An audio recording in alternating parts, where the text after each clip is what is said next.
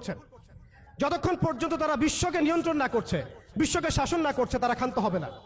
এবং তাদের মূল রাজনৈতিক পটভূমি এবং ভৌগোলিক অবস্থানটা কি হবে সেটাও তারা মেনশন করেছে। তারা চায় পুরো হোলি ল্যান্ডটা দখল করতে। এখন আপনি প্রশ্ন করতে পারেন যে ভাই হোলি ল্যান্ডটা কি?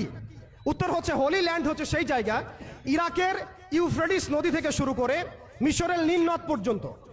আই রিপিট, ইরাকের ইউফ্রেটিস নদী থেকে শুরু করে মিশরের নীল নদ পর্যন্ত এই পুরো জায়গাটাকে বলা হয় হোলি ল্যান্ড, অর্থাৎ পবিত্র ভূমি, আরদুল মুকাদ্দাসা।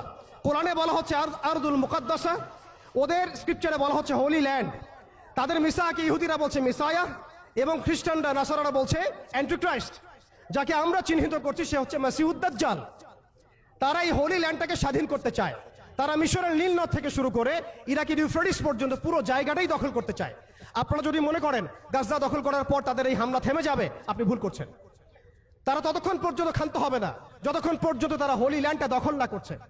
এবং শেষ জামানায় যে বৃহত্তর মালহামা বা মহাযুদ্ধের কথা বলা হয়েছে, সেই যুদ্ধ হবে ইরাকের ইউফ্রেটিস নদীর সোনার পাহাড়কে কেন্দ্র করে। আস্তে আস্তে সময় সেদিকে এগিয়ে যাচ্ছে। তাহলে তাদের উদ্দেশ্যটা কি? তাদের উদ্দেশ্য হচ্ছে হোলি ল্যান্ডটাকে দখল করে সেখান থেকে তারা দাজ্জালের শাসন কায়েম করতে চায় সারা বিশ্বে।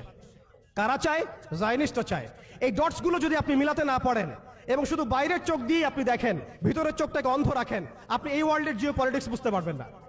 শুধুমাত্র বাহ্যিক স্টাডি দিয়ে, বাহ্যিক জিও পলিটিক্স পড়াশোনা করে, বাহ্যিক ইকোনমিক্স পড়াশোনা করে আপনি এই ওয়ার্ল্ডের প্রকৃত জিও পলিটিক্সকে মেলাতে পারবেন না।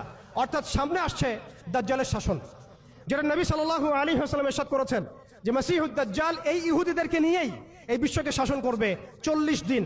কতদিন? 40 দিন। এবং তার প্রথম দিনটা হচ্ছে